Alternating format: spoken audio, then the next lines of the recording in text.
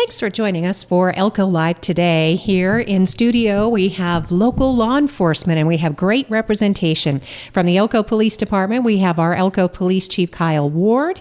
Chief Ward is alongside Elko County Sheriff Aitor Narvaiza, and alongside the sheriff, we have Elko School Resource Officer Josh Morrell. We appreciate all of them being here today. We have some great safety topics to talk about this autumn season and some other things that we'll roll into the latest happenings. We'll start with you, Chief Ward. Welcome to the radio show. It's great to have you back here to KELK. And I think the last time we talked, you were still kind of getting your sea legs under you. Is that fair to say? I am. A few months in right now, Lori. Thank you for having me here. And just wanted to talk about some of the things we're doing. And the sheriff's been a big help. He's been helping us here with our department. I'm getting acclimated now and met with everyone, sat down with all of our team members, including our professional staff and also our commission staff as well. So got that done in the first few months, and really we're just looking at more engagement and ways we can get out in the community and continue. And Josh's team does a great job at the schools alongside the county. They're a partnership there with our school resource officers, and that's what kind of ties into our other event that we'll be having on October the 7th.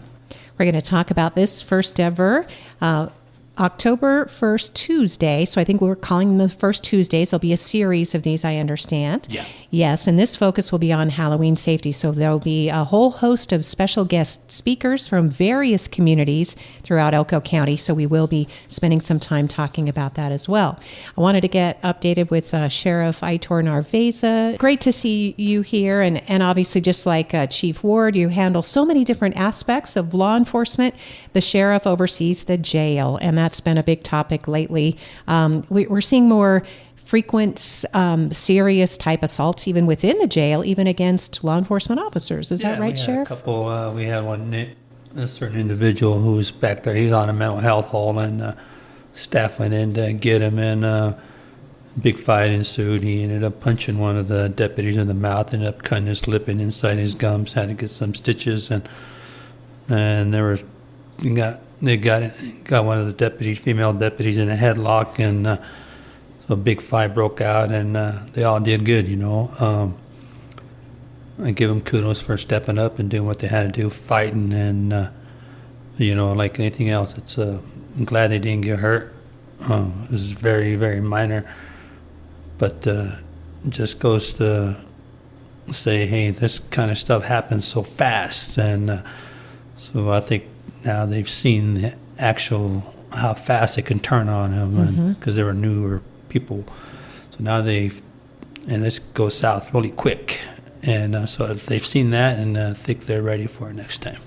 I think too. Last time we've been talking. This is an ongoing topic, Sheriff. Is that we have people with serious mental illness incarcerated in our jail, and that's why there are plans literally on the books, if not on the table, to build that last expansion to be a behavioral health unit. And that's correct. I took one down yesterday from our facility to Ely, and this morning they took a couple down to Lakes Crossing, and now they're coming back with 3 more from another mental facility. So the mental aspect in town is a lot. We have cells just full of them, and that new building that we're looking to get, the new expansion, will have the medical ward and the rooms all in one place instead of scattered throughout the jail. The nurses will be in the same facility, in the same group of just right around the inmates, so it's going to be very good for everybody. You're part of the Sheriffs and Chiefs Association, and Sheriff, so do you hear about this issue at other counties, other entities? Are they having similar problems? Oh yeah, I talk to Sheriff Balaam all the time there in Vegas, and I've talked to Kevin in Las Vegas, and they,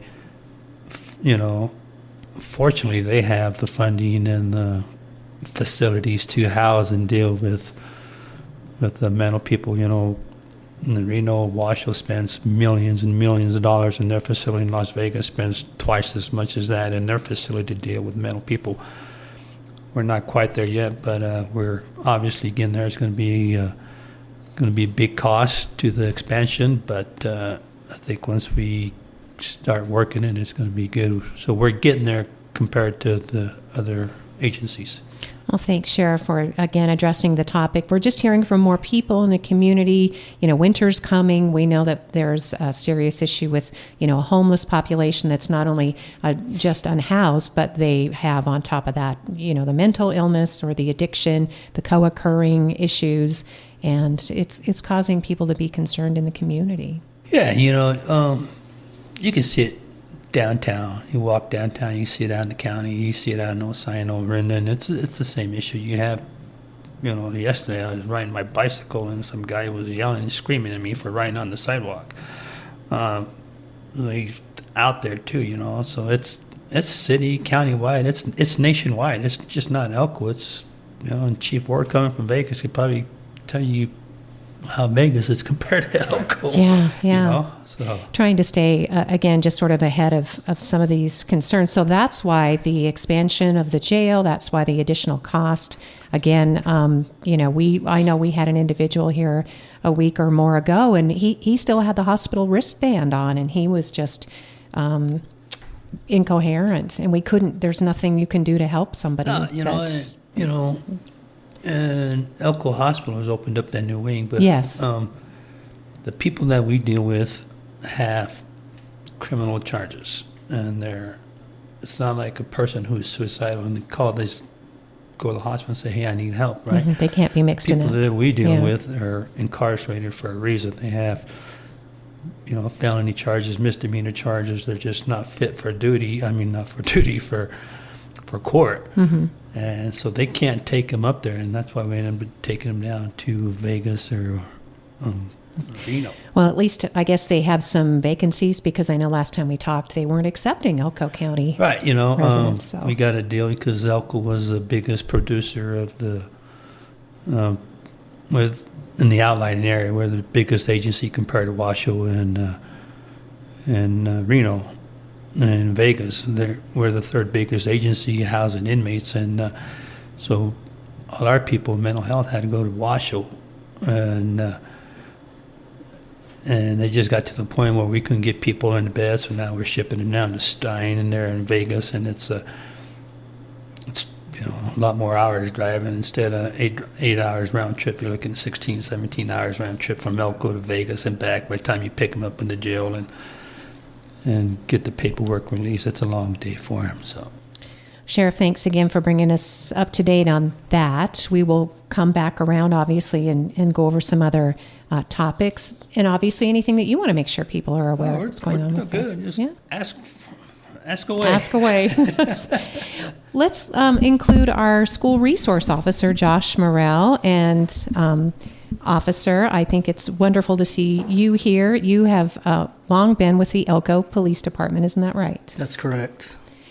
You sound like you're on the stand. I don't want you to feel that way. I feel that way. I'm sorry. But really, truly, you and some of the other veteran officers that we sort of take for granted. You've been behind the scenes for a long time, Josh, but you've served a lot of different aspects of law enforcement in our community. I have. I've worked every division that we have at the Elko Police Department twice, except for SROs. This is my first one at the SROs. Right. So, yeah, I've been around for a long time. And we appreciate that. Mm-hmm. And yet you are still smiling, and, and you've seen a lot of changes. I've seen a lot. I've been through a lot of different chiefs, a lot of different admins, a lot of different sheriffs. Been around for a long time, 23 years. Thank you again for 23 years.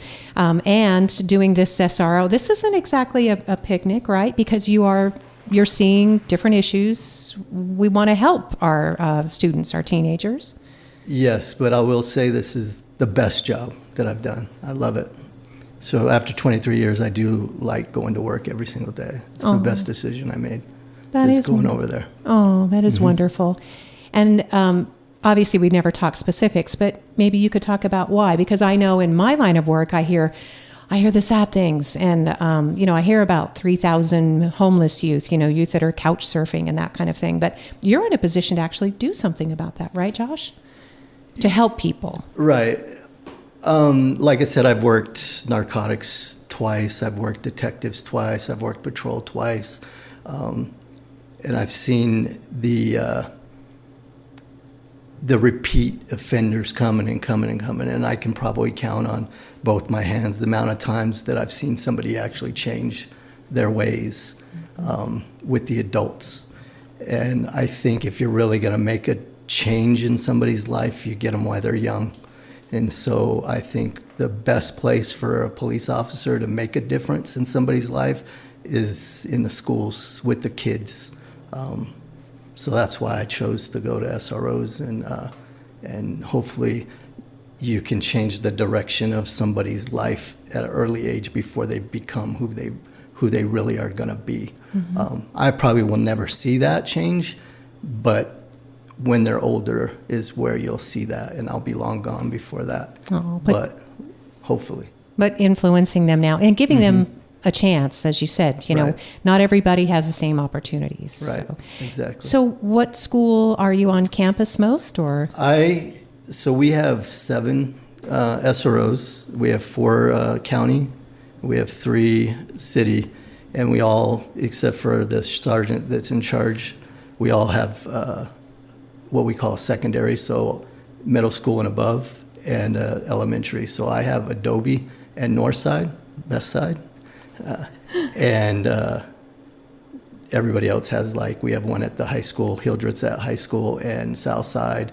Officer Ratliff's at Flagview, and then he has 2 elementaries, Mountain View and Grammar. And then Deputy Vargas has Spring Creek Elementary, and I'm not sure that his elementary is either Sage or Spring Creek Elementary. And then Deputy Cortez has Spring Creek High School and the opposite, and then they share Liberty. And then Deputy Sneed, he has the outlining, he has the worst, I mean, like the most to cover. He does Carlin combined, he does Wells and Jackpot, and then we all kind of help with Wendover. Yeah. So we need more officers, a lot more, to help cover all these schools. They all deserve somebody in their schools. I think it helps deter people from coming into your schools and hurting your kids. Yeah, absolutely. I was just going to say that every campus deserves a dedicated officer, Absolutely. certainly, yes. So for that obvious public safety concern, and, you know, Elko area listeners should be confident that we have safety and security measures in place. That's always been a priority. The school district has worked with Nevada Gold Mines, you know, for example, to get extra security in mind. Right. But I'm thinking, too, about a typical day, Josh, where, you know, you go in and talk to kids, right? We spend our days at our schools. Our departments are really good about leaving us alone. We don't answer calls. We don't assist with patrol. We spend our days at our schools. I have an office at Adobe that I spend my time at. I'm out in the hallways talking with kids. I go into classes. We have a class at our school that's called Everyday Heroes, and every year I speak to all their classes about what I do and how to become a law enforcement officer if they want to. They bring in the fire department, the EMS, nurses, all kinds of different professions that class does. The history classes, they often bring us in and talk about search and seizure for them. We just stand out in the hallways during passing periods and high-five kids. We stand during lunch, we're outside with the kids. During drop-offs, we're out at the elementary schools, talking with the kids, playing with the kids, going down the slides with the kids. We're at the sporting events. We do a lot of different things with the kids, trying to build that rapport so that they're comfortable coming to us with problems or issues. That's the gist of the reality of it. We're not there to make criminals out of kids. We want to help them and figure out why they're doing what they're doing so that we can prevent them from going down that path where their actions may be taking them before they get to that point. One of our everyday heroes, That's our school resource officer, Josh Morrell. Yeah. I don't know about that. No, that's how our community feels about you, Josh. And we can come back to you, but I want to make sure that we're on track for the kind of message that you were hoping to talk about today. You don't have to come back to me. Oh, no, you're good. You're good. Thank you, Josh. He's a little more relaxed now. So, Aitor, I just wanted to kind of give you a plug because I do believe former Superintendent Jeff Zander, then Police Chief Ben Reed, and I believe were you Sheriff at the time when the SRO's program was created? No, I was not. You were not. It was the former sheriff. Former Sheriff Pitts. Okay, I'm sorry. Yes. I came in afterwards. When I got there, they were already started. So. And you feel how do you feel about the program? Oh, they did a great job. Like Josh says, I seen Deputy Sneed come in my office soaking wet, and I'm like, "What's going on?" He's like, "Oh, we had a water fight at school." And if you know Sneed, he's a big guy. He's like a big teddy bear. The kids just love him. We get nothing but kudos from him, from the staff all the time. So. Like Josh says, they go out there, play kickball, high-fiving, playing, chasing one another. It's a good time for them all. So they love it. So they're all there for a special reason. It takes a special person to do that SRO stuff. Oh, that's nice, Sheriff. Thank you. Yes. Thank you. Appreciate that. Thank you because again, what Josh was saying is that these are dedicated officers, and we're going to go back to Chief Ward to talk about this too. This means this comes out of the budget. This is not a patrolling deputy that you could use in any part of the county. You have committed part of your budget to keeping our schools safe and helping our students. Yeah, it's a big expense. I mean, it's just they're there during the school year, and then summer we get them back into the real world for a couple of months, covering shifts and stuff. And you can tell they don't like it, but they do it, and they'd rather be out with the kids having a good time playing football and all that stuff. But it's like Corporal Josh, like Josh said, we could use more of them. There's 19 schools, I believe, Josh? Something like that. Yeah, Like 19 schools in Elko County. And we have 7 officers. It'd be nice to get, pick up another 3 or 4 more school resource officers. That would be nice, but it all comes down to budgeting and stuff. So that's right. If anybody would like to endow such positions to help us in the future. And the other thing, and I'll just say, and then we'll shift back over, because we do want to talk about this Halloween safety coming up, this panel discussion, but not only is, Corporal Morrell and all of his colleagues, they're on campus and they are engaging with students and keeping the peace, which is truly, that is the history of law enforcement in our country. After a certain period of time, that's what evolved, is they're also there to put their lives on the line if necessary. I mean, they're the first to answer the call. Unfortunately, yes, it has to happen. I just didn't want to undermine if it's what you said. But you're absolutely right. They're there for a reason. If anything happens, they're going to have to go in there and deal with the threat before the patrol guys get there, the deputies and the other patrol guys and the troopers get there. They're going to be on scene, right? Mm-hmm. So they have to deal with that threat, and then everybody else starts showing up, right? So the good thing in Elko, you can just get on the radio. You can have agencies coming. The school is not that far. It's going to take a couple of minutes. Yeah, but, you had that experience. The response time is very fast, but yes, they're. And in this business, where you respond to domestic, a shooting, your life can be taken within a couple of seconds on scene. It's no different than being an SRO. If something happens, they have to go protect those kids, and unfortunately, sometimes it does happen. Sheriff Aitor Narvaiza, thank you. Again, we just wanted to make sure people understand we're doing everything we can to keep our schools safe and to establish these great relationships with them. And thanks, Sheriff. Appreciate that. And so it might be too early for Chief Ward to discern, but also another important aspect of SROs, along with the Sheriff, is that we are hoping to reduce the kind of violence that could happen even on the school campus. Is that right, Chief Ward? I mean, with just altercations in school. Yes, and I think, and Josh, he talked about it earlier too, and the Sheriff did as well, as far as if the kids are comfortable enough to come to you when they have problems, that's where you're having issues that they're not. And they are. I went to the football game this past Friday, and just seeing the interaction from the kids walking up to Corporal Morrell and all the other officers out there, and deputies to just show the relationship they have with them that's strong and they have trust with them. And you need that. If you do that, hopefully we can prevent stuff from happening. And that's the goal, where they'll communicate. There's a lot of communication. They do a lot in the schools, not only with the kids, but with professional staff, the administrators, all the way through to the superintendent. And that shows value where they're comfortable coming to them. So I think it's preventing a lot of issues from happening before, but they're ready and prepared. All of our agencies are prepared to respond if necessary, but they're there and they're comfortable to come to them if they have issues, including their parents too. I saw a lot of parents coming up to Josh and everyone there, and it just shows a lot. And that kind of ties into what we were talking about for that first Tuesday with first responders as well. That's right, the aspect of community policing. So if you wanted to talk about that, Chief Kyle Ward, our city police chief, it looks like you put together quite a panel of guest speakers. It will be on location at the Elko Regional Airport, because that gives us plenty of space, I think, for the event you're having, right?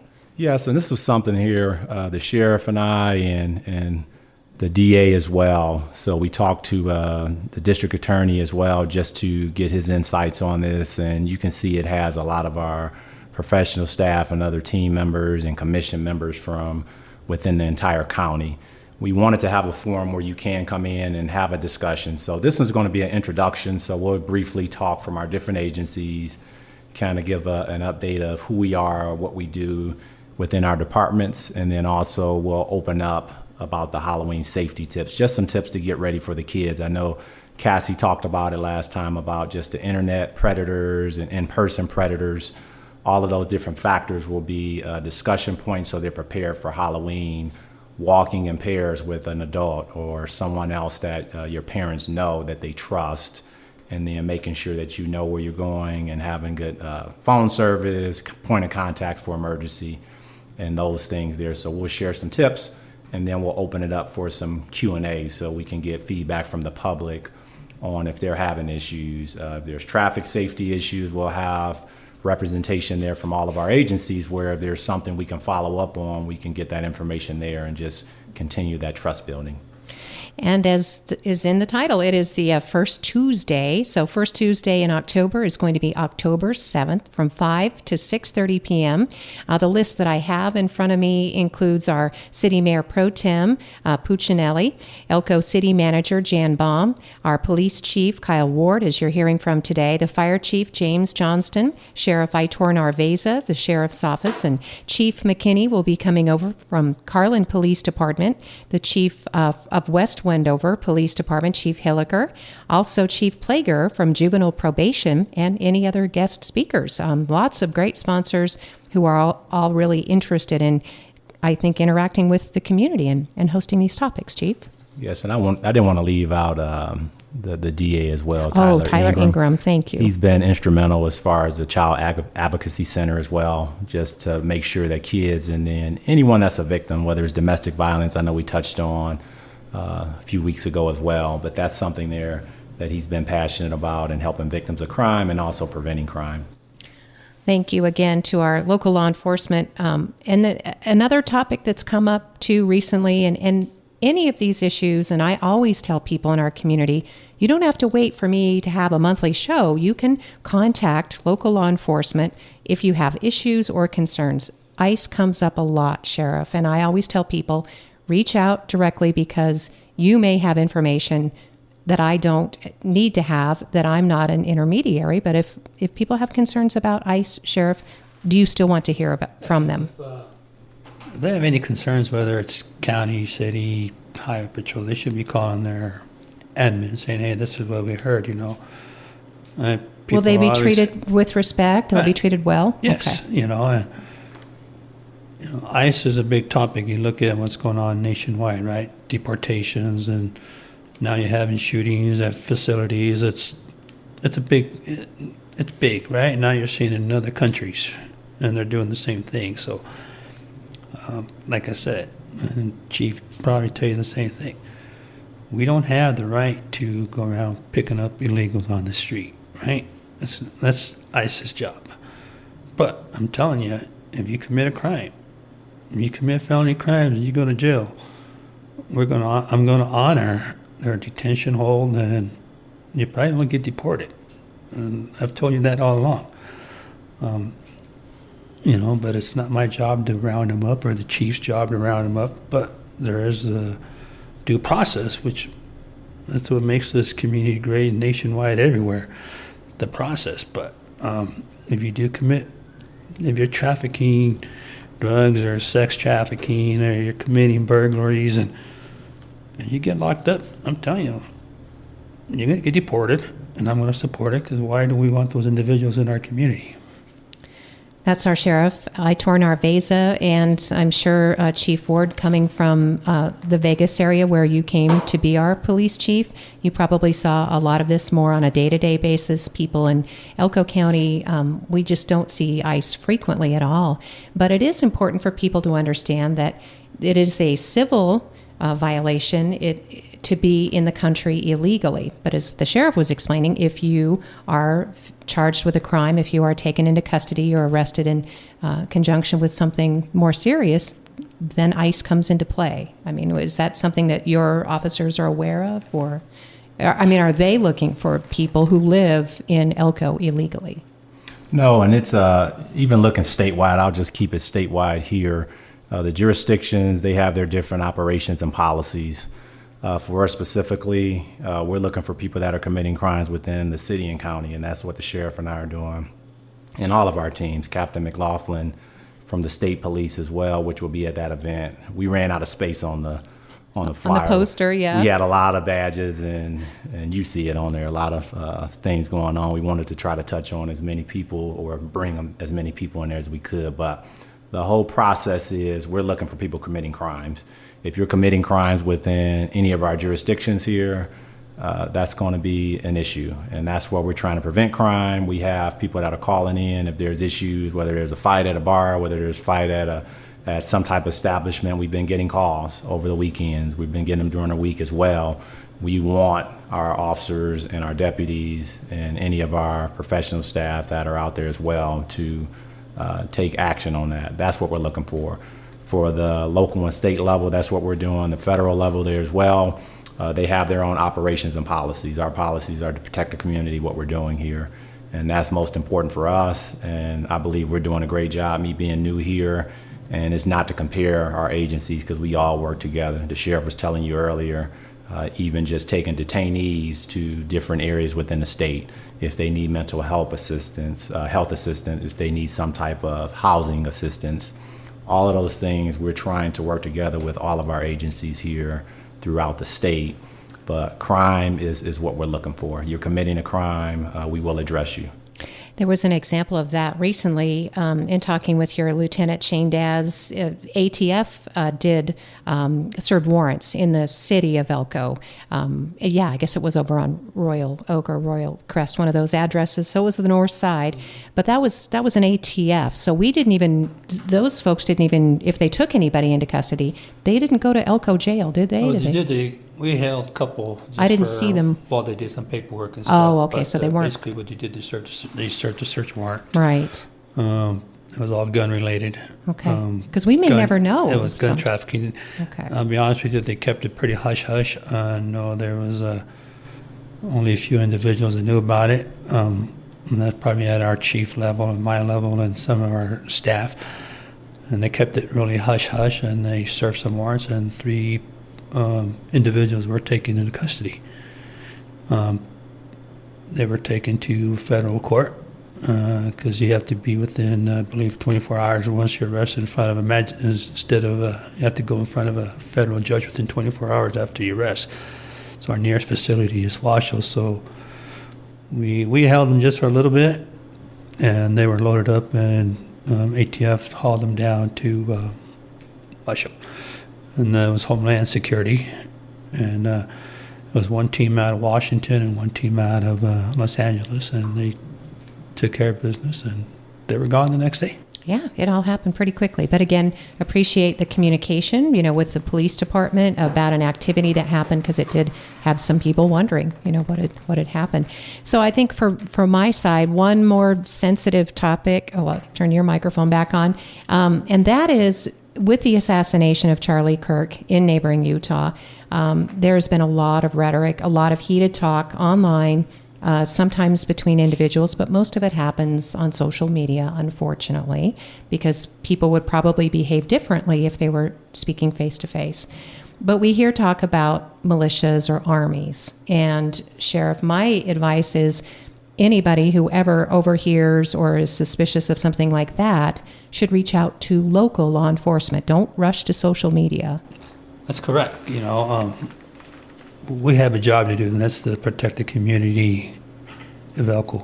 And if somebody's saying, hey, we're going to this protest, and it could be a potential threat of somebody getting hurt or maybe taking a car through there like you see in some other countries and stuff, they need to notify us, and we'd rather deal with it before it gets to that certain state. Mm-hmm. We've only had one incident where there was a brandishing at a protest, but certainly that's something. That was a couple of years ago. Yeah, it was. And the district attorney there was no forgiveness at all, from what I understood. So there was. And you look at what's going on nationwide with the shootings, and people just got to stop. People are entitled to their opinions.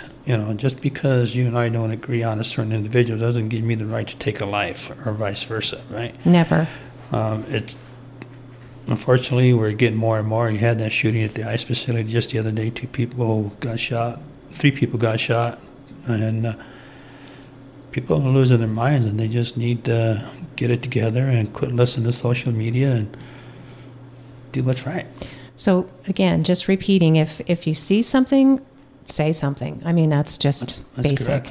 Whether it's on social media. That's well put. Yeah, I mean, I think the TSA got that one before I did. They get credit for that. But Chief Ward, I want to make sure that also, what the policy is in the city. Again, if whether or not there's a protest or an organization or, just people concerned. It's sad that we have to talk about our neighborhood like this, but. Right, and what the sheriff was mentioning too about peacefully protesting or just voicing your concerns or your opinion or ideas, whatever it may be, we're out there, we're in a neutral stance, we're here to support every community member. We just want you to come out there and be safe, and also do not entice any type of physical altercations or anything else out there. And I think our different entities, no matter what you believe in, they're pretty good with communicating with us to give us updates if they're going to have some type of formal gathering or what it may be, the times and stuff, and that gives us enough time to organize and make sure there's a safety component there from all of our agencies, and that worked out well. We had a candlelight vigil here as well, where our entities and that was peaceful. Yeah, yes, it was peaceful. Yes. And we wanted to continue that way. Mm-hmm. And we have seen stuff like the sheriff said nationwide where you're preparing for, you're looking at different practices, what we can do better, just different trends. We share that information throughout the nation to see if there's things that we can possibly put in place. And that's what we've been doing. We can adjust. Okay. Thank you, Chief. I hope we got to all the topics today, gentlemen. Doesn't look like Josh wants to send it home or anything. He's good. You're good. So thank you to our Elko City Police Chief, Kyle Ward, again, among the many panelists who will be on hand for the October 1st Tuesday event, which is a focus on Halloween safety, October 7th, 5 to 6:30 p.m. at the Elko Regional Airport. So as this draws near, we'll keep reminding people because they'll think I've never been there for an event like this. So we'll remind people. Sheriff, thank you very much. Sheriff Aitor Narvaiza. Yeah, I hope we got to all your topics today. No, we're fine. All right. And again, a special thanks to our ever enthusiastic school resource officer, Josh Morrell. I guess maybe the chief owes him lunch or something. So. He's going to buy me lunch. I'm new here. So. All right. Yes, that's right. Sounds great, gentlemen. We really appreciate your time. Thank you so much. Appreciate you having us. Thank you for keeping our community safe. And thank you, listeners, for joining us for today's program.